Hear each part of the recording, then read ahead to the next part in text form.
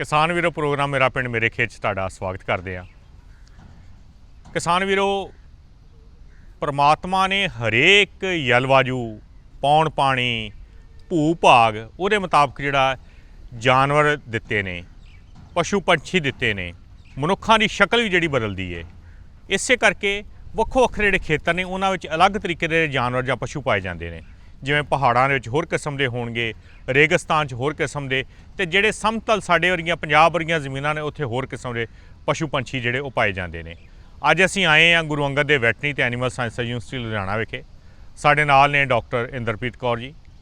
ते अज असीं इत्थे गल करांगे कि जिहड़ा सूर ते बकरी पालन का किੱਤਾ है, आर्थिकता के तौर के उत्ते किहड़ा चंगा है जां असीं इन्हां दी तुलना करिए तां कि इन्हां नूं इकट्ठे रूप दे विच जिहड़ा कीता जा सकदा है।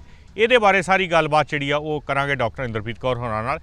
ये आर्थिकता के माहर ने, अर्थशास्त्र विभाग दे विच जे सेवा निभा रहे हैं बतौर अर्थशास्त्री। डॉक्टर साहब तुहाडा स्वागत करते हैं जी। बहुत बहुत धन्यवाद जी।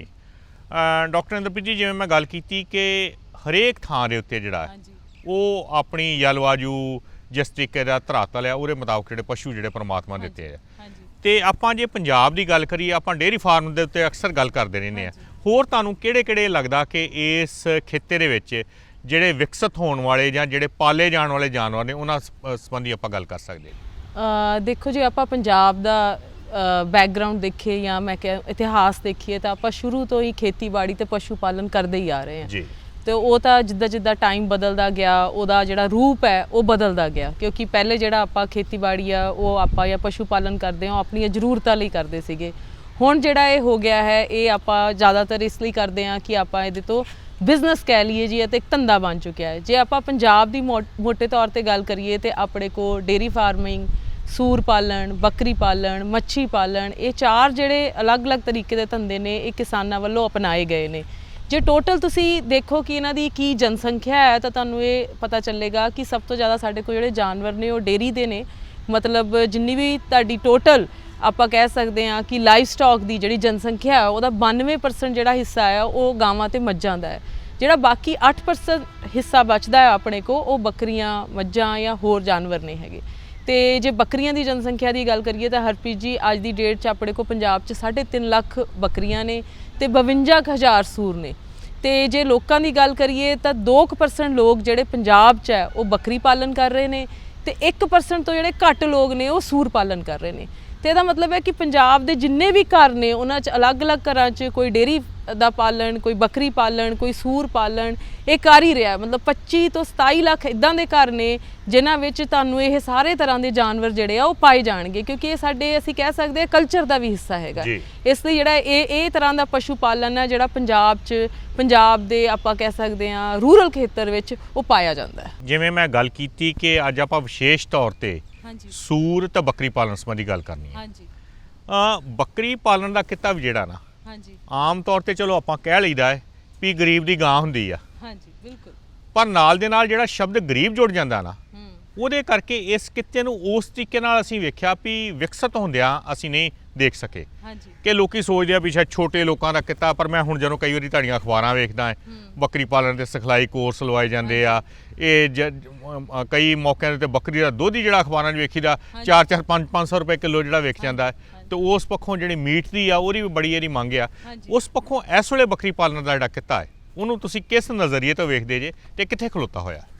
ਦੇਖੋ ਜੀ ਹਰਪ੍ਰੀਤ ਜੀ, ਜਿਵੇਂ ਮੈਂ ਦੱਸਿਆ ਕਿ 2% ਤੋਂ ਘੱਟ ਲੋਕ ਨੇ ਜਿਹੜੇ ਬੱਕਰੀ ਪਾਲਣ ਦਾ ਕਿੱਤਾ ਕਰ ਰਹੇ ਨੇ। ਉਹ ਤੁਹਾਡੀ ਗੱਲ ਨੂੰ ਬਿਲਕੁਲ ਸੱਚਾਈ ਦੱਸਦੇ ਨੇ ਕਿ ਇਹਨੂੰ ਬਹੁਤਾ ਜ਼ਿਆਦਾ ਅਪਣਾਇਆ ਨਹੀਂ ਗਿਆ, ਕਿਉਂਕਿ ਇਹਨੂੰ ਸ਼ੁਰੂ ਤੋਂ ਹੀ ਐਂ ਕਹਿ ਦਿੱਤਾ ਗਿਆ ਵੀ ਇਹ ਗਰੀਬ ਦੀ ਗਾਂ ਹੈ। ਪਰ ਜਿੱਦਾਂ ਟਾਈਮ ਬਦਲ ਰਿਹਾ ਆਪਾਂ ਦੇਖ ਰਹੇ ਹਾਂ ਕਿ ਸ਼ਹਿਰੀਕਰਨ ਵੱਧ ਰਿਹਾ ਹੈ। ਆਪਣੇ ਹੁਣ ਘਰਾਂ ਵਿੱਚ ਚੀਜ਼ਾਂ ਦੀ ਵਰਤੋਂ ਜਿਹੜੀ ਬਦਲ ਚੁੱਕੀ ਹੈ। ਆਪਣਾ ਜਿਹੜਾ ਖਾਣ ਪੀਣ ਦਾ ਢੰਗ ਹੈ ਉਹ ਬਦਲ ਚੁੱਕਿਆ ਹੈ। ਉਸ ਹਿਸਾਬ ਨਾਲ ਤੁਹਾਡੀ ਮੰਗ ਵੀ ਬਦਲ ਰਹੀ ਹੈ। ਮੰਗ ਬਦਲਣ ਕਰਕੇ ਤੁਹਾਡੇ ਜਿਹੜੇ ਮੀਟ ਦਾ ਜਿਹੜਾ ਹੈਗਾ ਆ ਕੰਜ਼ੰਪਸ਼ਨ ਹੈ ਉਹ ਵੱਧ ਰਹੀ ਹੈ, ਜਿਹਦੇ ਕਰਕੇ ਬੱਕਰੀ ਦਾ ਜਿਹੜਾ ਪਾਲਣ ਦਾ ਕੀਤਾ ਹੈ ਉਹਨੂੰ ਹੁਣ ਅਸੀਂ ਗਰੀਬ ਦੀ ਗਾਂ ਨਹੀਂ ਕਹਿ ਸਕਦੇ। ਉਹਨੂੰ ਅਸੀਂ ਐਂ ਕਹਿ ਸਕਦੇ ਹਾਂ ਕਿ ਆਉਣ ਵਾਲੇ ਸਮੇਂ ਵਿੱਚ ਜਿਹੜਾ ਵੀ ਕਿਸਾਨ ਇਹਨੂੰ ਅਪਣਾਏਗਾ ਉਹਦੇ 'ਚ ਕਾਫੀ ਲਾਹੇਵੰਦ ਰਹੇਗਾ। ਜਿੱਦਾਂ ਕਿ ਉਦਾਹਰਨ ਦੇ ਤੌਰ 'ਤੇ ਮੈਂ ਦੱਸ ਸਕਦੀ ਹਾਂ ਕਿ ਜੇ ਤੁਸੀਂ 50 ਬੱਕਰੀਆਂ ਦਾ ਫਾਰਮ ਖੋਲ੍ਹਣਾ ਚਾਹੁੰਦੇ ਹੋ ਜਿਹਦੇ ਵਿੱਚ ਤੁਹਾਡੇ ਕੋਲ 50 ਬੱਕਰੀਆਂ ਤੇ 2 ਬੱਕਰੇ ਰੱਖੋ 52 ਦਾ, ਉਹ ਤੁਸੀਂ ਕੋਈ ਲਗਭਗ ਹਰਪ੍ਰੀਤ ਜੀ 19 ਲੱਖ ਦੀ ਲਾਗਤ ਦੇ ਨਾਲ ਖੋਲ ਸਕਦੇ ਹੋ। ਤੇ 19 ਲੱਖ ਦੀ ਲਾਗਤ ਨਾਲ ਤੁਸੀਂ ਇੱਕ ਜਿਹੜਾ ਕਿਸਾਨ ਹੈ ਉਹ 52 ਬੱਕਰੀਆਂ ਦੇ ਨਾਲ ਕੰਮ ਸ਼ੁਰੂ ਕਰ ਸਕਦਾ ਹੈ। ਤੇ ਜੇ ਆਪਾਂ ਇਹਦੇ 'ਚ ਖਰਚੇ ਦੀ ਗੱਲ ਕਰੀਏ ਤੇ ਜਿਹੜਾ ਖਰਚੇ ਨੂੰ ਜੇ ਮੈਂ 100% ਦੇ ਹਿਸਾਬ ਨਾਲ ਦੇਖਾਂ 20% ਇਹਦੇ 'ਚ ਪੱਕਾ ਖਰਚਾ ਹੁੰਦਾ। ਪੱਕਾ ਖਰਚਾ ਜਿਹੜਾ ਕਿ ਤੁਹਾਨੂੰ ਸ਼ੁਰੂਆਤ ਲਈ ਚਾਹੀਦਾ ਹੁੰਦਾ, ਜਿੱਦਾਂ ਕਿ ਤੁਸੀਂ ਜੇ ਕੋਈ ਲੋਨ ਲਿਆ ਉਹਦਾ ਵਿਆਜ ਦੇਣਾ ਜਾਂ ਡੈਪਰੀਸੀਏਸ਼ਨ ਹੈ ਜਾਂ ਬਿਲਡਿੰਗ ਦਾ ਹੈਗਾ। ਤੇ 80% ਖਰਚਾ ਸਾਡੇ ਕੱਚੇ ਖਰਚੇ ਹੁੰਦੇ ਆ। ਕੱਚੇ ਖਰਚਿਆਂ ਦਾ ਮਤਲਬ ਹੈ ਦਵਾਈਆਂ ਦਾ ਖਰਚਾ, ਫੀਡ ਦਾ ਖਰਚਾ, ਬੱਕਰੀਆਂ ਨੂੰ ਰੱਖ ਰਖਾਵ ਦਾ ਖਰਚਾ। ਜੇ ਮੈਂ ਟੋਟਲ ਖਰਚੇ ਦੀ ਗੱਲ ਕਰਾਂ ਸਾਲ ਦੀ, ਤੇ ਜੇ ਮੈਂ 50 ਬੱਕਰੀਆਂ ਰੱਖਣੀਆਂ ਤੇ ਮੈਨੂੰ ਕੋਈ 11 ਲੱਖ ਰੁਪਏ ਦੀ ਜਿਹੜੀ ਲਾਗਤ ਹੈ, 11.5 ਲੱਖ ਰੁਪਏ ਦੀ ਲਾਗਤ ਲੱਗੇਗੀ। ਉਹਦੇ ਚੋਂ ਵੀ ਜਿਹੜੀ 75% ਮੇਰੀ ਲਾਗਤ ਹੈ ਉਹ ਮੇਰੀ ਫੀਡ ਦੀ ਹੋਏਗੀ, ਮਤਲਬ ਫੀਡ ਜਿਹੜਾ ਆਪਾਂ ਉਹਨੂੰ ਖਵਾਉਂਦੇ ਆ, ਬਾਕੀ ਉਸ ਤੋਂ ਬਾਅਦ ਲੇਬਰ ਦਾ ਖਰਚਾ ਆ ਜਾਂਦਾ ਹੈ। ਤੇ ਜੇ ਮੈਂ ਉਹਦੇ ਚੋਂ ਆਮਦਨ ਦੀ ਗੱਲ ਕਰਾਂ, ਆਮਦਨ ਨੂੰ 2 ਹਿੱਸਿਆਂ 'ਚ ਹਰਪ੍ਰੀਤ ਜੀ ਵੰਡਿਆ ਜਾ ਸਕਦਾ ਹੈ। ਬੱਕਰੀ ਦੇ ਦੁੱਧ ਦਾ, ਜਿਵੇਂ ਕਿ ਤੁਸੀਂ ਆਪ ਹੀ ਗੱਲ ਕੀਤੀ ਕਿ ਆਪਾਂ ਇਹਨੂੰ 400-500 ਲੀਟਰ ਵੀ ਵੇਚ ਦਿੰਦੇ ਹਾਂ। ਇਹਦੀ ਜਿਹੜੀ ਮਾਰਕੀਟ ਹੈ ਨਾ ਉਹ ਅਲੱਗ-ਅਲੱਗ ਤਰ੍ਹਾਂ ਵਿਕਸਿਤ ਹੁੰਦੀ ਹੈ। ਕਿਸੇ ਤਰ੍ਹਾਂ ਜਿੱਦਾਂ ਕਈ ਵਾਰੀ ਡੇਂਗੂ ਦਾ ਸੀਜ਼ਨ ਆ ਜਾਂਦਾ ਹੈ ਜਾਂ ਕੁਛ ਆ ਜਾਂਦਾ ਹੈ, ਇਹ ਦੁੱਧ ਦੀ ਡਿਮਾਂਡ ਬਹੁਤ ਵੱਧ ਜਾਂਦੀ ਹੈ, ਕਈ ਵਾਰੀ ਇਹ ਦੁੱਧ ਦੀ ਡਿਮਾਂਡ ਘਟ ਜਾਂਦੀ ਹੈ। ਪਰ ਜੇ ਮੈਂ ਇਹਨੂੰ ਟੋਟਲ ਦੇਖਾਂ 30% ਆਮਦਨ ਤੁਹਾਨੂੰ ਦੁੱਧ ਤੋਂ ਆ ਸਕਦੀ ਹੈ ਤੇ ਬਾਕੀ 70% ਆਮਦਨ ਤੁਸੀਂ ਇਹਦੇ ਮੀਟ ਤੋਂ ਵੇਚ ਕੇ ਵੀ ਲੈ ਸਕਦੇ ਹੋ। ਪਹਿਲੀ ਗੱਲ ਤਾਂ ਇਹਦਾ ਮਤਲਬ 11 ਲੱਖ ਖਰਚਾ ਕਰਕੇ ਮੈਂ ਕੋਈ 13-14 ਲੱਖ ਰੁਪਏ ਇਹਦੇ ਚੋਂ ਕਮਾ ਸਕਦਾ। ਪ੍ਰਤੀ ਬੱਕਰੀ ਪ੍ਰਤੀ ਮਹੀਨਾ ਮੈਂ 300 ਤੋਂ ਲੈ ਕੇ 350 ਤੱਕ ਰੁਪਏ ਦੀ ਇਹਦੀ ਕਮਾਈ ਕਰ ਸਕਦਾ। ਇਹ ਤਾਂ ਉਦੋਂ ਹਾਲਾਤ ਹੈ ਹਰਪ੍ਰੀਤ ਜੀ ਜਦੋਂ ਕਿ ਆਪਾਂ ਇਹਨੂੰ ਕੁਝ ਨਹੀਂ ਕਰਨਾ, ਸਿੰਪਲ ਆਪਾਂ ਦੁੱਧ ਵੇਚ ਦੇਣਾ ਹੈ ਤੇ ਆਪਾਂ ਇਹਦਾ ਮੀਟ ਵੇਚ ਦੇਣਾ। ਪਰ ਜਿੱਦਾਂ ਕਿ ਤੁਸੀਂ ਅੱਜ college of dairy science and technology 'ਚ ਬੈਠੇ ਹੋ, ਇੱਥੇ ਅਲੱਗ-ਅਲੱਗ ਸਾਡਾ ਇੱਕ ਛੋਟਾ ਜਿਹਾ ਐਕਸਪੈਰੀਮੈਂਟਲ ਡੇਅਰੀ ਪਲਾਂਟ ਹੈ ਜਿੱਥੇ ਅਸੀਂ ਅਲੱਗ-ਅਲੱਗ ਦੁੱਧ ਦੇ ਤੋਂ ਪਦਾਰਥ ਬਣਾਉਂਦੇ ਹਾਂ। ਉੱਥੇ ਅਸੀਂ ਬੱਕਰੀ ਦੇ ਦੁੱਧ ਤੋਂ ਵੀ, ਜਿਵੇਂ ਕਿ ਸਟਰਲਾਈਜ਼ ਫਲੇਵਰਡ ਮਿਲਕ ਹੋ ਗਿਆ ਜਾਂ ਉਹਦਾ ਪਨੀਰ ਹੋ ਗਿਆ, ਉਹ ਵੀ ਬਣਾਉਣਾ ਜਿਹੜਾ ਹੈ ਉਹ ਸਿਖਾਉਂਦੇ ਆ। ਉਹਦੇ ਨਾਲ ਕੀ ਹੁੰਦਾ, ਇਹਨੂੰ ਆਪਾਂ ਕਹਿੰਦੇ ਆ ਦੁੱਧ ਦੇ ਪਦਾਰਥ ਤੋਂ ਉਹਦੇ ਮੁਨਾਫੇ 'ਚ ਵਾਧਾ ਕਰਨਾ। ਜ਼ਿਆਦਾਤਰ ਇਹਦੇ ਪਦਾਰਥਾਂ ਦੀ ਮੰਗ ਥੋੜੀ ਜਿਹੀ ਘੱਟ ਹੈ ਕਿਉਂਕਿ ਇਹ ਕਿਹਾ ਜਾਂਦਾ ਹੈ ਕਿ ਇਹਦੇ 'ਚ ਇੱਕ ਟਿਪੀਕਲ ਕਾਈਂਡ ਦੀ ਜਿਹੜੀ ਹੈ ਇੱਕ ਸਮੈਲ ਆਈ ਜਾਂਦੀ ਹੈ। ਪਰ ਜਿਹੜੇ ਕਿ ਅਸੀਂ ਪਦਾਰਥਾਂ ਦੇ ਜਿੱਦਾਂ ਸਟਰਲਾਈਜ਼ ਫਲੇਵਰ ਮਿਲਕ ਬਣਾਇਆ ਜਾਂ ਪਨੀਰ ਬਣਾਇਆ ਜਾਂ ਉਹਦਾ ਕੰਜ਼ਿਊਮਰ ਸਰਵੇ ਕੀਤਾ ਤੇ ਜ਼ਿਆਦਾ ਕੰਜ਼ਿਊਮਰ ਪਹਿਚਾਣ ਨਹੀਂ ਸਕਿਆ ਵੀ ਇਹ ਬੱਕਰੀ ਦੇ ਦੁੱਧ ਦਾ ਪਨੀਰ ਹੈਗਾ। ਤੇ ਇਸ ਲਈ ਕਿਸਾਨ ਜੇ ਇਹਨੂੰ ਅਪਣਾਉਂਦੇ ਨੇ ਤੇ ਨਾਲ ਇਹਦਾ ਮੀਟ ਵੇਚਦੇ ਨੇ, ਨਾਲ ਦੁੱਧ ਵੇਚਦੇ ਨੇ, ਨਾਲ ਦੁੱਧ ਦੇ ਕੁਝ ਪਦਾਰਥ ਵੀ ਬਣਾ ਲੈਂਦੇ ਨੇ, ਤੇ ਮੈਂ ਮੰਨਦੀ ਹਾਂ ਕਿ ਆਉਣ ਵਾਲਾ ਭਵਿੱਖ ਜਿਹੜਾ ਹੈਗਾ ਉਹ ਬੱਕਰੀ ਪਾਲਣ ਦਾ ਬਹੁਤ ਜ਼ਿਆਦਾ ਵਧੀਆ ਹੈਗਾ। ਤੇ ਇਹ ਜਿੱਦਾਂ ਆਪਣਾ ਟਾਈਮ ਬਦਲ ਰਿਹਾ, ਆਪਾਂ ਬੱਕਰੀ ਦੇ ਦੁੱਧ ਦੇ ਫਾਇਦੇ ਵੀ ਆਪਾਂ ਨੂੰ ਜ਼ਿਆਦਾ ਸਮਝ ਆ ਰਿਹਾ, ਆਪਾਂ ਜ਼ਿਆਦਾ ਨਿਊਟ੍ਰੀਸ਼ਨ ਖਾਣਾ ਚਾਹੁੰਦੇ ਆ, ਉਸ ਹਿਸਾਬ 'ਚ ਤਾਂ ਮੈਨੂੰ ਨਹੀਂ ਲੱਗਦਾ ਵੀ ਇਹ ਗਰੀਬ ਦੀ ਗਾਂ ਰਹਿ ਗਈ ਹੈ, ਇਹ ਹੁਣ ਇੱਕ ਅਮੀਰ ਦੀ ਗਾਂ ਬਣ ਸਕਦੀ ਹੈ। ਪਰ ਸਾਨੂੰ ਲੋੜ ਹੈ ਕਿ ਸਾਨੂੰ ਥੋੜਾ ਜਿਹਾ ਆਪਣੇ ਆਪ ਨੂੰ ਬਦਲ ਕੇ ਉਧਰ ਨੂੰ ਦੇਖਣਾ ਪਏਗਾ। ਡਾਕਟਰ ਇੰਦਰਪ੍ਰੀਤ ਜੀ, ਜਿਵੇਂ ਆਪਾਂ ਬੱਕਰੀ ਦੀ ਗੱਲ ਕਰਕੇ ਹਟੇ ਆ, ਉਸੇ ਤਰੀਕੇ ਨਾਲ ਜਦੋਂ ਸੂਰ ਪਾਲਣ ਦੀ ਗੱਲ ਕਰਦੇ ਆ, ਤੇ ਵੇਖੋ ਸੂਰ ਦੇ ਬਾਰੇ ਵੀ ਪਹਿਲਾਂ ਜਿਹੜਾ ਇਹੋ ਸੀ ਵੀ ਆਮ ਤੌਰ ਤੇ ਛੋਟੀਆਂ ਬਸਤੀਆਂ 'ਚ ਪਾਲਿਆ ਜਾਂਦਾ ਸੀ, ਉਹਨੂੰ ਜਿਹੜੀ ਕੋਈ ਰਹਿੰਦ ਖੂੰਦ ਸੀਗੀ ਉਹਦੇ ਉੱਤੇ ਪਾਲਿਆ ਜਾਂਦਾ ਸੀ। ਉਸ ਤਰੀਕੇ ਨਾਲ ਸੂਰ ਦਾ ਕਿੱਤਾ ਵੀ ਉਸ ਢੰਗ ਨਾਲ ਪ੍ਰਫੁੱਲਤ ਨਹੀਂ ਹੋ ਸਕਿਆ। ਪਰ ਮੈਂ ਹੁਣ ਵੇਖਦਾ ਜਿਵੇਂ ਯੂਨੀਵਰਸਿਟੀ ਨੇ ਬੜਾ ਉਤਸ਼ਾਹ ਦਿੱਤਾ ਹੈ, ਤੁਸੀਂ ਮੁੱਖ ਮੰਤਰੀ ਸਨਮਾਨ ਦਿੰਦੇ ਜੇ, ਬੜੇ ਵੱਡੇ ਮੈਂ ਵੇਖਿਆ ਸੂਰ ਪਾਲਕ ਲੋਕਾਂ ਨੇ ਆਪਣੇ ਫਾਰਮ ਬਣਾਏ ਹੋਏ ਨੇ। ਉਸ ਪੱਖੋਂ ਸੂਰ ਪਾਲਣ ਦਾ ਜਿਹੜਾ ਕਿੱਤਾ ਉਹ ਕਿੱਥੇ ਖਲੋਂਦਾ ਜੀ ਹੁਣ? ਦੇਖੋ ਹਰਪ੍ਰੀਤ ਜੀ, ਜਿੱਦਾਂ ਕਿ ਮੈਂ ਪਹਿਲੇ ਵੀ ਦੱਸਿਆ, ਪੰਜਾਬ 'ਚ ਜਿਹੜੀ ਸੂਰ ਪਾਲਣ ਦੀ ਜਨਸੰਖਿਆ ਉਹ 52,000 ਹੈ। ਜੇ ਆਪਾਂ ਭਾਰਤ ਨੂੰ ਟੋਟਲ ਦੇਖੀਏ ਤਾਂ ਹਜੇ ਸਾਨੂੰ ਬਹੁਤ ਸਾਰੇ ਕੰਮ ਕਰਨ ਦੀ ਹੋਰ ਵੀ ਲੋੜ ਹੈ। ਤੇ ਸਾਨੂੰ ਕਿਸਾਨਾਂ ਨੂੰ ਐਕਚੁਅਲੀ ਦੱਸਣ ਦੀ ਜ਼ਰੂਰਤ ਹੈ ਵੀ ਸੂਰ ਪਾਲਣ 'ਚ ਕਿੰਨਾ ਕੁ ਫਾਇਦਾ ਹੁੰਦਾ ਹੈ ਤੇ ਉਹ ਕਿਉਂ ਪਾਲੇ। ਇਹ ਹਜੇ ਮਤਲਬ ਯੂਨੀਵਰਸਿਟੀ ਨੇ ਉਪਰਾਲਾ ਸ਼ੁਰੂ ਕੀਤਾ ਹੈ ਤੇ ਉਹ ਅੱਗੇ ਵੀ ਕਰਦੀ ਰਹੂਗੀ। ਪਰ ਮੈਂ ਕਿਸਾਨ ਵੀਰਾਂ ਨੂੰ ਇਹਦੇ ਵਿੱਚ ਇਹ ਜ਼ਰੂਰ ਦੱਸਣਾ ਚਾਹੂੰਗੀ ਵੀ ਜੇ ਤੁਸੀਂ ਕਿਤੇ 10 ਸੂਰੀਆਂ ਤੇ 1 ਸੂਰ ਦੇ ਨਾਲ ਮਤਲਬ 11 ਯੂਨਿਟ ਦੇ ਨਾਲ ਫਾਰਮ ਸ਼ੁਰੂ ਕਰਨਾ ਚਾਹੁੰਦੇ ਹੋ ਤਾਂ ਤੁਸੀਂ 15 ਲੱਖ ਰੁਪਏ 'ਚ ਇਹ ਫਾਰਮ ਨੂੰ ਸ਼ੁਰੂ ਕਰ ਸਕਦੇ ਹੋ। ਤੇ ਜੇ ਤੁਸੀਂ 15 ਲੱਖ ਰੁਪਏ 'ਚ ਇਹ ਫਾਰਮ ਨੂੰ ਸ਼ੁਰੂ ਕਰਦੇ ਹੋ, ਇਹ ਤਾਂ ਤੁਹਾਡੀ ਉਹ ਆਊਗੀ ਜਿਹੜੀ ਇਨਵੈਸਟਮੈਂਟ ਆ, ਜਿਹੜੀ ਕਿ ਤੁਹਾਡੀ ਇੱਕ ਵਾਰੀ ਫਾਰਮ ਨੂੰ ਸ਼ੁਰੂ ਕਰਨ ਲਈ ਲਾਗਤ ਲੱਗੇਗੀ। ਇਹ 15 ਲੱਖ ਦੀ ਜਿਹੜੀ ਤੁਸੀਂ ਲਾਗਤ ਆ, ਇਹ 'ਚ ਜ਼ਮੀਨ ਦਾ ਕੋਈ ਖਰਚਾ ਵੀ ਜੋੜਦੇ ਕਿ ਜ਼ਮੀਨ ਤੋਂ ਬਾਕੀ ਦੀਆਂ ਚੀਜ਼ਾਂ? ਨਹੀਂ, ਜ਼ਮੀਨ ਤੋਂ ਬਾਕੀ ਦੀਆਂ ਚੀਜ਼ਾਂ। ਅਸੀਂ ਇਹਨੂੰ ਜਿਹੜਾ ਅਸੀਂ ਇਹ ਲਾਗਤ ਕੱਢਦੇ ਹਾਂ, ਦੇਖੋ ਇਹ ਅਸੀਂ ਅਨੁਮਾਨ ਕੱਢਦੇ ਹਾਂ, ਠੀਕ ਹੈ, ਜੋ ਮਾਰਕੀਟ 'ਚ ਰੇਟ ਚੱਲਦਾ ਹੋਵੇ। ਅਸੀਂ ਜ਼ਮੀਨ ਮੰਨ ਕੇ ਚੱਲਦੇ ਹਾਂ ਕਿ ਧੰਦਾ ਸ਼ੁਰੂ ਕਰਨ ਲਈ ਕਿਸਾਨ ਜ਼ਮੀਨ ਨਹੀਂ ਖਰੀਦਦਾ, ਪਰ ਉਹ ਠੇਕੇ ਤੇ ਲੈ ਲੈਂਦਾ। ਨਹੀਂ, ਠੇਕੇ ਤੇ ਲੈ ਲੈਂਦਾ। ਅਸੀਂ ਇਹ ਵੀ ਨਹੀਂ ਮੰਨਦੇ ਕਿ ਉਹਦੇ ਕੋਲ ਲੋੜੀਂਦੀ ਜ਼ਮੀਨ ਹੈਗੀ ਆ। ਅਸੀਂ ਕਹਿੰਦੇ ਆ ਵੀ ਉਹਨੇ ਉਹਦਾ ਠੇਕਾ ਦੇਤਾ ਜਾਂ ਉਹਨੂੰ ਕਹਿੰਦੇ ਆ ਆਪਾਂ ਕਿਰਾਇਆ ਦੇਤਾ ਜਾਂ ਰੈਂਟ ਦੇ ਦਿੱਤਾ, ਉਹਦੀ ਜਿਹੜੀ ਲਾਗਤ ਅਸੀਂ ਉਹਦੇ ਵਿੱਚ ਪਾ ਲੈਂਦੇ। ਫਿਰ ਜਦੋਂ ਲਾਗਤ ਦੀ ਗੱਲ ਕਰਦੇ ਨਾ ਹਰਪ੍ਰੀਤ ਜੀ, ਇਹ ਦੋ ਤਰ੍ਹਾਂ ਦੀ ਹੁੰਦੀ ਹੈ। ਇੱਕ ਮੈਂ ਪਹਿਲੇ ਵੀ ਕਿਹਾ, ਪੱਕੀ ਲਾਗਤ ਤੇ ਕੱਚੀ ਲਾਗਤ। ਜਦੋਂ ਮੈਂ ਇੱਕ ਫਾਰਮ ਨੂੰ 15 ਲੱਖ ਰੁਪਏ ਤੇ ਖੜਾ ਕਰ ਦਿੱਤਾ, ਚਾਹੇ ਮੈਂ ਉਹਦੇ 'ਚ ਸੂਰੀਆਂ ਪਾਵਾਂ ਜਾਂ ਨਾ ਪਾਵਾਂ, ਮੇਰਾ ਕੁਝ ਖਰਚਾ ਉਸੇ ਮੌਕੇ ਤੋਂ ਸ਼ੁਰੂ ਹੋ ਜਾਣਾ ਹੈ। ਉਹ ਜਿਹੜਾ ਉਹਨੂੰ ਪੱਕੀ ਲਾਗਤ ਕਹਿੰਦੇ ਆ। ਉਹਦੇ ਵਿੱਚ ਇਹਦਾ ਵੀ ਹਿੱਸਾ ਜਿਹੜਾ ਪੱਕੀ ਲਾਗਤ ਦਾ ਹੈ ਉਹ ਕੋਈ 10% ਹੁੰਦਾ ਹੈ। ਜਿੱਦਾਂ ਕਿ ਬੱਕਰੀ ਪਾਲਣ 'ਚੋਂ 20% ਹੈ, ਇਹਦੇ 'ਚ ਇਹ 10% ਹੈ। 90% ਜਿਹੜਾ ਤੁਹਾਡਾ ਖਰਚਾ ਆ ਉਹ ਸਾਰਾ ਜਿਹੜਾ ਤੁਹਾਡਾ ਆ ਉਹ ਕੱਚੀ ਲਾਗਤ 'ਚ ਆਉਂਦਾ ਹੈ, ਜਿਹਦੇ 'ਚ ਇੱਕ ਫੀਡ ਹੈ। ਸੂਰ ਵਿੱਚ ਮੈਕਸਿਮਮ ਖਰਚਾ ਤੁਹਾਡਾ ਫੀਡ ਦਾ ਆਉਂਦਾ ਹੈ, ਖਾਣ ਪੀਣ ਦਾ ਆਉਂਦਾ ਹੈ। ਤੇ ਜੇ ਮੈਂ ਇਹਨੂੰ ਪੂਰੇ ਸਾਲ ਦਾ ਅਨੁਮਾਨ ਲਾਵਾਂ ਤੇ ਮੈਂ ਇਹਦਾ ਜਿਹੜਾ ਖਰਚਾ ਆ ਉਹ ਕੋਈ 24 ਲੱਖ ਰੁਪਈਆ ਆ ਜਾਂਦਾ ਇਹਨਾਂ ਨੂੰ ਪਾਲਣ ਦਾ।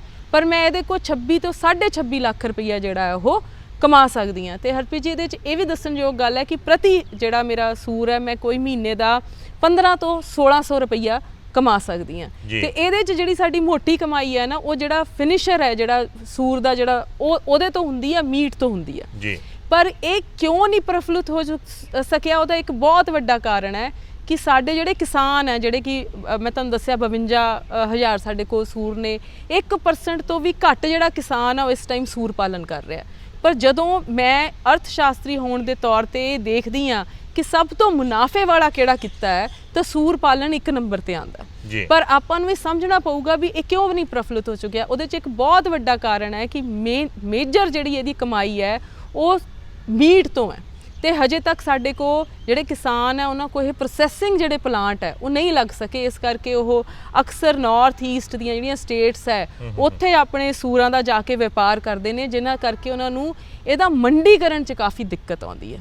ਤੇ ਇਸ ਕਰਕੇ ਇਹ ਜਿਹੜੀ ਇਹਦੀ ਪ੍ਰਫੁੱਲਿਤ ਹੋਣ ਦੀ, ਜਦ ਕਿ ਯੂਨੀਵਰਸਿਟੀ ਨੇ ਬਹੁਤ ਉਪਰਾਲੇ ਕਰ ਰਹੀ ਹੈ ਕਿ ਜੇ ਆਪਾਂ ਪੰਜਾਬ 'ਚ ਇਹਦਾ ਇੱਕ ਪ੍ਰੋਸੈਸਿੰਗ ਪਲਾਂਟ ਲਾ ਸਕੀਏ ਤਾਂ ਹੋ ਸਕਦਾ ਹੈ ਵੀ ਇਹ ਜਿਹੜਾ ਧੰਦਾ ਹੈ ਇਹਦੇ ਤੇ ਜਿਹੜਾ ਕਿਸਾਨ ਹੈ ਉਹਦੀ ਆਮਦਨ ਨੂੰ ਉਹ ਕਾਫੀ ਵਧਾ ਸਕਦਾ। ਡਾਕਟਰ ਇੰਦਰਪ੍ਰੀਤ ਜੀ, ਜਿਵੇਂ ਆਪਾਂ ਬੱਕਰੀ ਤੇ ਸੂਰ ਪਾਲਣ ਦੀ ਗੱਲ ਕਰ ਰਹੇ ਹਾਂ, ਹਾਂਜੀ, ਕਈ ਵਾਰ ਸਾਡੇ ਕਿਸਾਨ ਦੇ ਮਨ ਦੇ ਵਿੱਚ ਇਹ ਵੀ ਸਵਾਲ ਆਉਂਦਾ ਹੈ ਕਿ ਮੇਰੇ ਕੋਲ ਜ਼ਮੀਨ ਹੈਗੀ ਆ, ਹਾਂਜੀ, ਤਾਂ ਮੈਂ ਜੇ ਦੋਵੇਂ ਕਿਤੇ ਮੁਨਾਫੇ ਵਾਲੇ ਆ, ਹਾਂਜੀ, ਤਾਂ ਮੈਂ ਦੋਵਾਂ ਨੂੰ ਜਿਹੜਾ ਆਪਣੇ ਫਾਰਮ ਤੇ ਕਰ ਲਵਾਂ। ਹਾਂਜੀ। ਪਰ ਕਈ ਵਾਰੀ ਫਿਰ ਵੀ ਕਈ ਭ੍ਰਾਂਤੀਆਂ ਹੁੰਦੀਆਂ। ਵੇਖੋ ਪਿੱਛੇ ਜੇ ਅਫਰੀਕਨ ਸਵਾਈਨ ਫੀਵਰ ਵਰਗੀ ਇੱਕ ਬਿਮਾਰੀ ਆਈ, ਹਾਂਜੀ।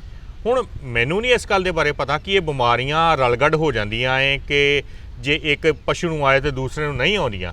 ਪਰ ਅਸੀਂ ਕਿਉਂਕਿ ਕਿਸਾਨਾਂ ਨੂੰ ਇੱਕ ਗਿਆਨ ਦੀ ਜਿਹੜੀ ਦ੍ਰਿਸ਼ਟੀ ਦੇਣੀ ਹੁੰਦੀ ਆ, ਹਾਂਜੀ, ਤੇ ਕੀ ਇਹ ਧੰਦਾ ਜਿਹੜਾ ਵਾ ਸੰਯੁਕਤ ਰੂਪ ਦੇ ਵਿੱਚ ਕੀਤਾ ਜਾ ਸਕਦਾ? ਇੱਕੋ ਫਾਰਮ ਤੇ ਆਪਾਂ ਜਿਹੜਾ ਬੱਕਰੀ ਫਾਰਮ ਬਣਾ ਲਈਏ ਤੇ ਸੂਰ ਪਾਲਣ ਦਾ ਫਾਰਮ ਵੀ ਬਣਾ ਲਈਏ?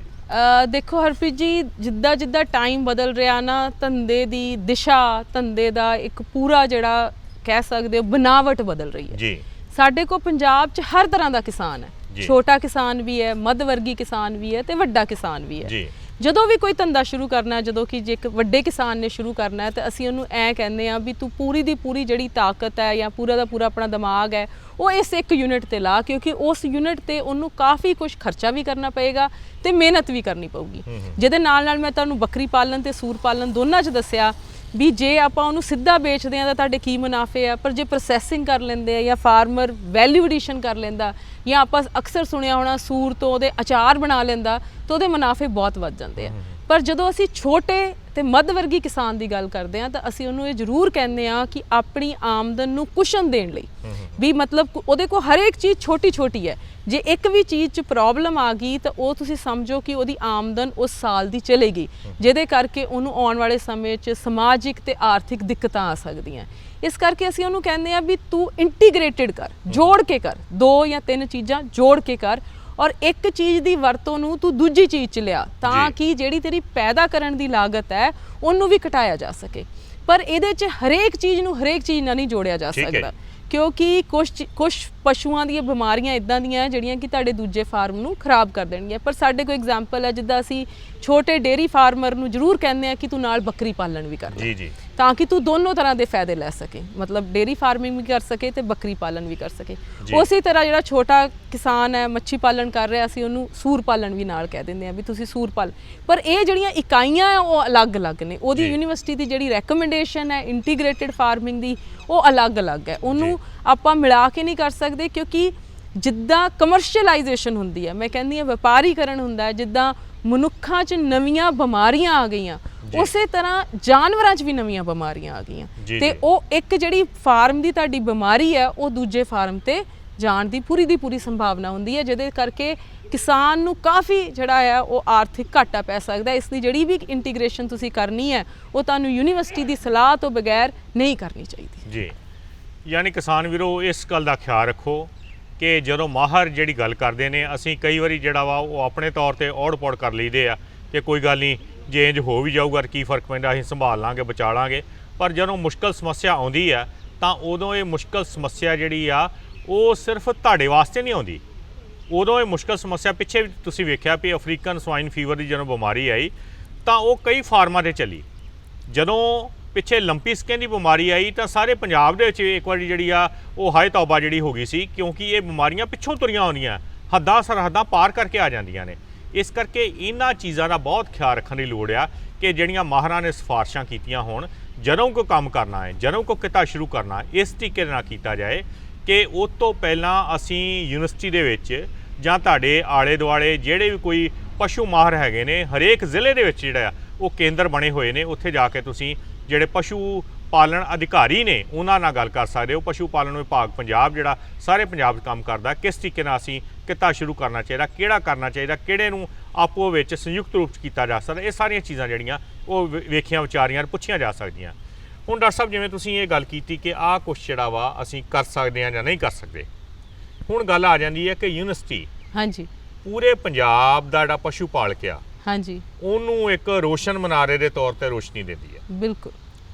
ਤੇ ਇਹਨਾਂ ਕਿੱਤਿਆਂ ਦੇ ਵਾਸਤੇ ਜੇ ਕਿਸਾਨ ਤੁਹਾਡੇ ਕੋਲ ਆਉਣਾ ਚਾਹੇ ਜਾਂ ਗੱਲ ਕਰਨਾ ਚਾਹੇ ਤੇ ਯੂਨੀਵਰਸਿਟੀ ਕਿਵੇਂ ਉਹਦੀ ਬਾਂਹ ਫੜਦੀ ਆ, ਉਹਨੂੰ ਕੋਈ ਸਿਖਲਾਈ ਦੇਣ ਦੇ ਵਿੱਚ, ਉਹਨੂੰ ਦੱਸਣ ਦੇ ਵਿੱਚ ਭਾਈ ਫਾਰਮ ਤੇਰਾ ਕਿੱਡਾ ਹੋਣਾ ਚਾਹੀਦਾ, ਤੂੰ ਕਿਹੜੀ ਖੁਰਾਕ ਪਾਉਣੀ ਆ, ਕੋਈ ਬਿਮਾਰੀ ਆ ਜੇ ਕਿਵੇਂ ਉਹਦਾ ਇਲਾਜ ਕਰਨਾ ਹੈ, ਜਾਂ ਤੂੰ ਫਾਰਮ ਖੋਲ੍ਹ ਲਿਆ ਤਾਂ ਮੁੜ ਕੇ ਇਹ ਨਹੀਂ ਵੀ ਤੇਰੀ ਸਾਡੀ ਜਿਹੜੀ ਆ ਉਹ ਇੱਕ ਦੂਜੇ ਨਾਲ ਸਾਂਝ ਨਾ ਰਹੀ, ਮੁੜ ਕੇ ਵੀ ਆਉਂਦਾ ਨਹੀਂ। ਉਸ ਪੱਖੋਂ ਯੂਨੀਵਰਸਿਟੀ ਕਿੱਥੇ ਜਿਹੜੀ ਆ ਉਹ ਬਾਂਹ ਫੜਦੀ ਹੈ ਕਿਸਾਨ ਦੀ? ਦੇਖੋ ਹਰਪ੍ਰੀਤ ਜੀ, ਯੂਨੀਵਰਸਿਟੀ ਜਿਹੜੀ ਹੈ ਕਿ ਉਹ ਕਾਫੀ ਜ਼ੋਰ ਲਾ ਰਹੀ ਹੈ ਕਿ ਸਾਡਾ ਜਿਹੜਾ ਬੱਕਰੀ ਪਾਲਣ ਦਾ ਤੇ ਸੂਰ ਪਾਲਣ ਦਾ ਕਿੱਤਾ ਹੈ ਉਹਨੂੰ ਪ੍ਰੋਤਸਾਹਿਤ ਕੀਤਾ ਜਾਵੇ। ਪਹਿਲੇ ਮੈਂ ਤੁਹਾਨੂੰ ਦੱਸੂਗੀ ਕਿ ਸਾਡੇ ਕੋਲ ਡਾਇਰੈਕਟੋਰੇਟ ਆਫ ਐਕਸਟੈਂਸ਼ਨ ਐਜੂਕੇਸ਼ਨ ਹੈ, ਜਿਹਦਾ ਕਿ ਮੇਨ ਕੰਮ ਇਹ ਹੈ ਕਿ ਕਿਸਾਨਾਂ ਨੂੰ ਅਲੱਗ-ਅਲੱਗ ਜਿਹੜੇ ਕਿੱਤੇ ਨੇ ਉਹਨਾਂ ਦੀਆਂ ਜਾਣਕਾਰੀਆਂ ਦੇਣੀਆਂ। ਸਾਡੇ ਕੋਲ ਬੱਕਰੀ ਪਾਲਣ ਦਾ, ਸੂਰ ਪਾਲਣ ਦਾ ਦੋਨਾਂ ਦੀਆਂ ਟ੍ਰੇਨਿੰਗਾਂ ਨੇ ਜਿਹੜੀਆਂ ਕਿ ਅਲੱਗ-ਅਲੱਗ ਟਾਈਮ ਤੇ ਅਸੀਂ ਐਡਵਰਟਾਈਜ਼ ਕਰਦੇ ਹਾਂ ਤੇ ਕਿਸਾਨ ਸਾਡੇ ਕੋਲ ਆਉਂਦੇ ਵੀ ਨੇ। ਉਹਦੇ 'ਚ ਵੀ ਮੈਂ ਤੁਹਾਨੂੰ ਦੋ ਚੀਜ਼ਾਂ ਦੱਸਣਾ ਚਾਹੂੰਗੀ ਕਿ ਜਿਵੇਂ ਕੋਈ ਬੱਕਰੀ ਪਾਲਣ ਦਾ ਕਿਸਾਨ ਆਉਂਦਾ ਨੇ, ਉਹ ਸਭ ਤੋਂ ਪਹਿਲੇ ਅਸੀਂ ਉਹਨੂੰ ਇਹ ਦੱਸਦੇ ਹਾਂ ਵੀ ਬੱਕਰੀ ਦੀ ਕਿਸਮ ਕਿੱਦਾਂ ਦੀ ਹੋਣੀ ਚਾਹੀਦੀ ਹੈ, ਜਾਨਵਰ ਕਿੱਦਾਂ ਦਾ ਹੋਣਾ ਚਾਹੀਦਾ, ਇਹਦਾ ਰੱਖ ਰਖਾਵ ਕੀ ਹੋਣਾ ਚਾਹੀਦਾ, ਇਹਦਾ ਨਿਊਟ੍ਰੀਸ਼ਨ ਕੀ ਹੋਣਾ ਚਾਹੀਦਾ, ਫੂਡ ਕਿਵੇਂ, ਇਹਦੀਆਂ ਕਿਹੜੀਆਂ ਬਿਮਾਰੀਆਂ ਆ ਸਕਦੀਆਂ। ਇਹ ਤਾਂ ਫਾਰਮਿੰਗ ਤੱਕ ਅਸੀਂ ਉਹਨੂੰ ਪੂਰਾ ਗਾਈਡ ਕਰਦੇ ਹਾਂ। ਤੇ ਇਹਦਾ ਇਹ ਵੀ ਨਹੀਂ ਹੈ ਕਿ ਜੇ ਉਹਦੇ ਫਾਰਮ ਤੋਂ ਉਸ ਤੋਂ ਬਾਅਦ ਕੋਈ ਸਮੱਸਿਆ ਆ ਜਾਂਦੀ ਹੈ ਤੇ ਸਾਡੇ ਕੋਲ 24 ਘੰਟੇ ਦਾ ਸਾਡਾ ਟੈਲੀਫੋਨ ਸਰਵਿਸ ਵੀ ਹੈ, ਜਿੱਥੇ ਕਿਸਾਨ ਫੋਨ ਕਰ ਸਕਦਾ ਹੈ, ਸਲਾਹ ਲੈ ਸਕਦਾ ਹੈ ਤੇ ਉਹ ਸਾਡੇ ਜਿਹੜੇ ਮਾਹਰ ਹੈ ਉਹਨਾਂ ਨਾਲ ਗੱਲਬਾਤ ਕਰ ਸਕਦਾ ਹੈ। ਉਸ ਤੋਂ ਬਾਅਦ ਜੇ ਕਿਸਾਨ ਉਸ ਤੋਂ ਅੱਗੇ ਵੀ 2 ਕਦਮ ਵਧਣਾ ਚਾਹੁੰਦਾ ਹੈ ਤੇ ਡਾਇਰੈਕਟੋਰੇਟ ਆਫ ਐਕਸਟੈਂਸ਼ਨ ਐਜੂਕੇਸ਼ਨ ਤੋਂ ਬਾਅਦ ਕਾਲਜ ਆਫ ਡੇਅਰੀ ਸਾਇੰਸ 'ਚ ਅਸੀਂ ਦੁੱਧ ਦੇ ਪਦਾਰਥ ਬਣਾਉਣ ਬਾਰੇ ਵੀ ਜਾਣਕਾਰੀ ਦਿੰਦੇ ਹਾਂ। ਜਿੱਦਾਂ ਕਿ ਮੈਂ ਤੁਹਾਨੂੰ ਦੱਸਿਆ ਕਿ 3 ਪਦਾਰਥਾਂ ਦੇ ਬਾਰੇ ਜਾਣਕਾਰੀ ਦਿੱਤੀ ਜਾਂਦੀ ਹੈ, ਜਿਹਦੇ 'ਚ ਕਿ ਸਟਰਲਾਈਜ਼ ਫਲੇਵਰਡ ਮਿਲਕ ਆ ਜਾਂਦਾ ਆਪਣਾ, ਉਸ ਤੋਂ ਬਾਅਦ ਆਪਣਾ ਪਨੀਰ ਆ ਜਾਂਦਾ ਹੈ ਤੇ ਹੁਣੇ ਪਿੱਛੇ ਜੇ ਗੋਟ ਚੀਜ਼ ਤੇ ਵੀ ਕੰਮ ਕੀਤਾ ਗਿਆ। ਜੇ ਤੁਸੀਂ ਬਾਜ਼ਾਰ ਦੇਖੋ ਤੇ ਬਾਜ਼ਾਰ ਵਿੱਚ ਅੱਜ ਦੀ ਡੇਟ ਵਿੱਚ ਗੋਟ ਚੀਜ਼ ਦੀ ਕਾਫੀ ਮੰਗ ਪਾਈ ਜਾਂਦੀ ਹੈ। ਤੇ ਇਹ ਤਿੰਨਾਂ ਪਦਾਰਥਾਂ ਦੀ ਵੀ ਜਿਹੜੀ ਕਿਸਾਨ ਹੈ ਸਾਡੇ ਕੋਲ ਸਪੈਸ਼ਲ ਟ੍ਰੇਨਿੰਗ ਹੈ, ਇੱਕ ਪਦਾਰਥ ਦੀ 1 ਦਿਨ ਲਈ ਜਾਂ ਸਾਰਿਆਂ ਦੀ ਇਕੱਠੀ ਲੈਣੀ ਹੈ ਤਾਂ 5 ਦਿਨ ਦੀ। ਤਾਂ ਯੂਨੀਵਰਸਿਟੀ ਪੂਰੀ ਬਾਂਹ ਫੜਦੀ ਹੈ ਕਿ ਤੁਹਾਡੇ ਜਿਹੜੇ ਪਦਾਰਥ ਆ ਉਹ ਬਣਾਏ ਜਾਣ, ਉਹਨਾਂ ਦੀ ਲੇਬਲਿੰਗ ਕੀਤੀ ਜਾਵੇ, ਉਹਦਾ ਮੰਡੀਕਰਨ ਕੀਤਾ ਜਾਵੇ।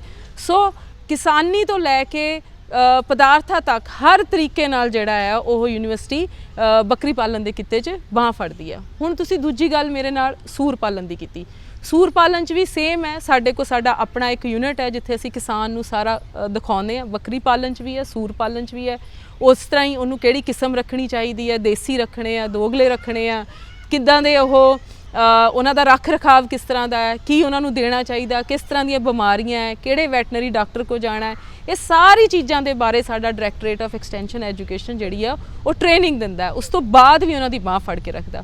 ਉਸੇ ਤਰ੍ਹਾਂ ਹਰਪ੍ਰੀਤ ਜੀ ਸਾਡੇ ਕੋਲ ਇੱਕ ਲਾਈਵ ਸਟਾਕ ਪ੍ਰੋਡਕਟ ਦਾ ਪ੍ਰੋਸੈਸਿੰਗ ਦਾ ਡਿਪਾਰਟਮੈਂਟ ਵੀ ਹੈ ਕਾਲਜ ਆਫ ਵੈਟਨਰੀ ਸਾਇੰਸ 'ਚ, ਜਿੱਥੇ ਕਿ ਉਹ ਮੀਟ ਦੇ ਅਲੱਗ-ਅਲੱਗ ਪਦਾਰਥ ਬਣਾਉਣ ਦੇ ਬਾਰੇ ਵੀ ਦੱਸਦੇ ਨੇ, ਚਾਹੇ ਉਹ ਮੀਟ ਦੇ ਅਚਾਰ ਹੋਣ, ਮੀਟ ਦੀਆਂ ਪੈਟੀਆਂ ਹੋਣ, ਤਾਂ ਕਿ ਕਿਸਾਨ ਜੇ ਅੱਗੇ ਆਪਣਾ ਜਿਹੜਾ ਹੈਗਾ ਕਿ ਲਾਈਵ ਜਿਹੜਾ ਸੂਰ ਹੈ ਉਹਦੀ ਮਾਰਕੀਟ ਨਹੀਂ ਕਰਨਾ ਚਾਹੁੰਦਾ ਬਲਕਿ ਉਹਦੇ ਪਦਾਰਥ ਬਣਾ ਕੇ ਬਾਜ਼ਾਰ 'ਚ ਆਉਣਾ ਚਾਹੁੰਦਾ ਹੈ, ਤਾਂ ਉਹਦੇ ਬਾਰੇ ਵੀ ਜਿਹੜੀ ਟ੍ਰੇਨਿੰਗ ਹੈ ਉਹ ਯੂਨੀਵਰਸਿਟੀ ਦਿੰਦੀ ਹੈ। ਤਾਂ ਇਸ ਕਰਕੇ ਕਿਸਾਨ ਨੂੰ ਦੋਨੋਂ ਤਰੀਕੇ ਨਾਲ ਬਦਲਦੇ ਬਾਜ਼ਾਰ ਦੇ ਹਿਸਾਬ ਨਾਲ ਟ੍ਰੇਨਿੰਗਾਂ ਜਿਹੜੀਆਂ ਉਹ ਦਿੱਤੀਆਂ ਜਾਂਦੀਆਂ ਨੇ ਤਾਂ ਕਿ ਉਹ ਖੁੱਲ੍ਹੇ ਬਾਜ਼ਾਰ 'ਚ ਜਾ ਕੇ ਵਧੀਆ ਤਰੀਕੇ ਨਾਲ ਕੰਪੀਟ ਕਰ ਸਕੇ। ਹੁਣ ਡਾਕਟਰ ਇੰਦਰਪ੍ਰੀਤ ਜੀ, ਜਿਵੇਂ ਤੁਸੀਂ ਪਹਿਲਾਂ ਗੱਲ ਕੀਤੀ ਸੀ ਕਿ ਸਾਰਾ ਜਿਹੜਾ ਬਹੁਤਾ ਸੂਰ ਪਾਲਕ ਆ ਸਾਡਾ, ਉਹ ਆਪਣਾ ਸੂਰ ਨਾਰਥ ਈਸਟ 'ਚ ਲੈ ਕੇ ਜਾਂਦਾ। ਬਿਲਕੁਲ ਜੀ। ਉੱਥੋਂ ਦੀਆਂ ਕਈ ਸਮੱਸਿਆਵਾਂ ਆਉਂਦੀਆਂ। ਹਾਂਜੀ। ਕਈ ਵਾਰੀ ਰਾਹ 'ਚ ਮਰ ਜਾਂਦੇ ਆ। ਰਾਹ 'ਚ ਮਰ ਜਾਂਦੇ। ਕਈ ਵਾਰੀ ਜਦੋਂ ਥੋੜੇ ਭੁੱਖੇ ਭਾਣੇ ਵੀ ਰਹਿੰਦੇ ਆ, ਉਹਨਾਂ ਦਾ ਵਜ਼ਨ ਘਟ ਜਾਂਦਾ ਹੈ। ਹਾਂਜੀ। ਕਈ ਵਾਰੀ ਜੇ ਉੱਥੇ ਜ਼ਿਆਦਾ ਗਿਣਤੀ 'ਚ ਆ ਜਾਣ ਤਾਂ ਉਹਨਾਂ ਨੂੰ ਉਸ ਤਰੀਕੇ ਦਾ ਜਿਹੜਾ ਵਾ ਉਹ ਨਫਾ ਜਿਹੜਾ ਨਹੀਂ ਮਿਲਦਾ। ਹਾਂਜੀ। ਉਸ ਪੱਖੋਂ ਸਾਡੇ ਖਿੱਤੇ ਦੇ ਵਿੱਚ ਕਿਹੜੀਆਂ ਚੀਜ਼ਾਂ ਇਹੋ ਜਿਹੀਆਂ ਲੋੜੀਂਦੀਆਂ ਨੇ ਇਹ ਬੱਕਰੀ ਪਾਲਕ ਜਾਂ ਸੂਰ ਪਾਲਕ ਜਿਹੜੇ ਉਹਨਾਂ ਦੇ ਵਾਸਤੇ ਜਿਹੜਾ ਉਹ ਕੁਝ ਕੰਮ ਕਰਨਾ ਚਾਹੀਦਾ ਹੈ ਤਾਂ ਕਿ ਕੋਈ ਪ੍ਰੋਸੈਸਿੰਗ ਯੂਨਿਟ ਜਾਂ ਜੋ ਵੀ ਕੁਛ ਇਹੋ ਜਿਹਾ ਕੀਤਾ ਜਾ ਸਕਦਾ, ਉਹ ਕਿਹੜੀਆਂ ਚੀਜ਼ਾਂ ਤੁਸੀਂ ਇੱਕ ਮਾਹਰ ਦੇ ਤੌਰ ਤੇ ਸੋਚਦੇ ਜੇ? ਦੇਖੋ ਹਰਪ੍ਰੀਤ ਜੀ, ਜਿੱਦਾਂ ਮੈਂ ਆਪਾਂ ਸ਼ੁਰੂ 'ਚ ਗੱਲ ਕੀਤੀ ਕਿ ਪੰਜਾਬ ਇੱਕ ਖੇਤੀ ਪ੍ਰਧਾਨ ਸੂਬਾ ਹੈਗਾ ਜੀ, ਤੇ ਆਪਾਂ ਇਹਦੇ ਵਿੱਚ ਕਣਕ ਤੇ ਝੋਨਾ ਬੀਜ ਕੇ ਪੂਰੇ ਕਹਿ ਸਕਦੇ ਹਾਂ ਕਿ ਆਪਣੇ ਦੇਸ਼ ਦਾ ਢਿੱਡ ਭਰਿਆ। ਪਰ ਉਹਦੇ ਨਾਲ ਸਾਨੂੰ ਪੰਜਾਬ ਨੂੰ ਕਾਫੀ ਕੀਮਤ ਵੀ ਦੇਣੀ ਪਈ ਹੈ, ਜਿਹਦੇ ਕਰਕੇ ਕਿਸਾਨਾਂ ਦੀ ਜਿਹੜੀ ਆਮਦਨ ਹੈ ਉਹਦੇ 'ਚ ਖੜੋਤ ਆ ਗਈ ਹੈ। ਇਸ ਕਰਕੇ ਜਦੋਂ ਉਹ ਖੜੋਤ ਆ ਗਈ ਤਾਂ ਹੁਣ ਆਪਾਂ ਗੱਲ ਕਰ ਰਹੇ ਹਾਂ ਕਿ ਆਪਾਂ ਨੂੰ ਹੋਰ ਚੀਜ਼ਾਂ ਤੇ ਜਿਹੜੇ ਹੈਗੇ ਆ ਉਹ ਸਾਧਨ ਲੱਭਣੇ ਪੈ ਰਹੇ ਨੇ, ਜਿਹਦੇ 'ਚ ਕਿ ਆਪਾਂ ਹੁਣ ਪਸ਼ੂ ਪਾਲਣ ਵੱਲ ਜਾ ਰਹੇ ਹਾਂ ਜਾਂ ਪਸ਼ੂ ਪਾਲਣ 'ਚ ਬੱਕਰੀ ਪਾਲਣ ਤੇ ਸੂਰ ਪਾਲਣ ਦੀ ਗੱਲ ਕਰ ਰਹੇ ਹਾਂ। ਤੇ ਜੇ ਤੁਸੀਂ ਓਵਰਆਲ ਦੇਖੋ, ਜੇ ਤੁਸੀਂ ਪੂਰੇ ਖੇਤੀਬਾੜੀ ਦੀ ਆਮਦਨ ਦੇਖੋ, ਜੇ ਉਹਨੂੰ 100% ਲੈ ਲਓ, ਅੱਜ ਦੀ ਡੇਟ 'ਚ ਹਰਪ੍ਰੀਤ ਜੀ 42% ਜਿਹੜਾ ਹਿੱਸਾ ਹੈ ਉਹ ਸਾਡਾ ਪਸ਼ੂ ਪਾਲਣ ਦਾ ਕਿੱਤਾ ਪਾ ਰਿਹਾ ਜੀ। ਠੀਕ ਹੈ ਨਾ। ਉਹਦੇ ਵਿੱਚ ਚਾਹੇ ਆਪਾਂ ਡੇਅਰੀ ਲੈ ਲਈਏ, ਚਾਹੇ ਸੂਰ ਪਾਲਣ ਲੈ ਲਈਏ, ਚਾਹੇ ਆਪਾਂ ਕੁਛ ਵੀ ਲੈ ਲਈਏ, ਤੇ ਸਾਨੂੰ ਇਸ ਗੱਲ ਨੂੰ ਸਮਝਣਾ ਪਊਗਾ ਵੀ ਜਿਹੜੀ ਸੂਰ ਪਾਲਣ ਦਾ ਕਿੱਤਾ, ਜਿਸ ਤਰ੍ਹਾਂ ਮੈਂ ਦੱਸਿਆ ਵੀ 1% ਤੋਂ ਘੱਟ ਲੋਕਾਂ ਨੇ ਇਹਨੂੰ ਅਪਣਾਇਆ ਹੋਇਆ ਹੈ ਤੇ ਉਹਨਾਂ ਨੇ ਜਿਹੜਾ ਉਹਦਾ ਬਹੁਤ ਵੱਡਾ ਜਿਹੜਾ ਕਾਰਨ ਹੈ ਉਹ ਉਹਦੀਆਂ ਮੰਡੀਕਰਨ 'ਚ ਮੁਸ਼ਕਲਾਂ, ਜੋ ਕਿ ਤੁਸੀਂ ਖੁਦ ਹੀ ਦੱਸਿਆ ਵੀ ਜਦੋਂ ਨਾਰਥ ਈਸਟ 'ਚ ਲੈ ਕੇ ਜਾਣਾ ਹੈ ਤੇ ਕਿਸਾਨ ਨੂੰ ਬਹੁਤ ਜ਼ਿਆਦਾ ਮੁਸ਼ਕਲਾਂ ਦਾ ਸਾਹਮਣਾ ਕਰਨਾ ਪੈਂਦਾ ਹੈ। ਸਾਨੂੰ ਇਹਨਾਂ ਕਿਸਾਨਾਂ ਦੀ ਬਾਂਹ ਫੜਨੀ ਚਾਹੀਦੀ ਹੈ।